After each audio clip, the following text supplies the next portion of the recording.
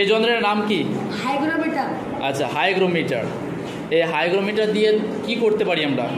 বাতাসের তাপমাত্রা নির্ণয় করতে পারি এবং বাতাসের আর্দ্রতা নির্ণয় করতে পারি। আচ্ছা, বাতাসের আর্দ্রতা আর কি মাপ করতে পারি আমরা? বাতাসের তাপমাত্রা। তাপমাত্রা। আচ্ছা আচ্ছা, এখানে কিভাবে ইউজ করে এটাকে? এর মধ্যে কি আছে? জল। জল আছে। আচ্ছা, জল রয়েছে।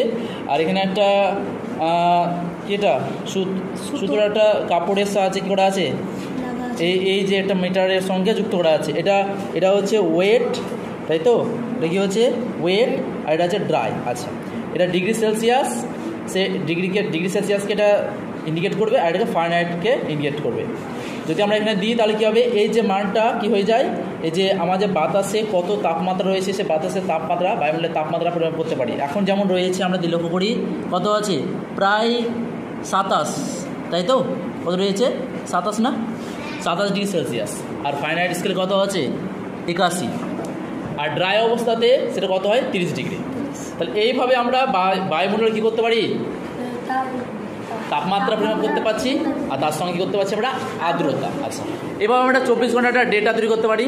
সে ডেটার সাহায্যে আমরা কত তারিখ, কতটা সময়, ড্রাই কত আছে, ভেজা কত আছে, বা ডিফারেন্স কত তাদের মধ্যে, আর আর্দ্রতা কত পার্সেন্টেজ আর্দ্রতা, সেটা আমরা নির্ণয় করতে পারি। ঠিক আছে?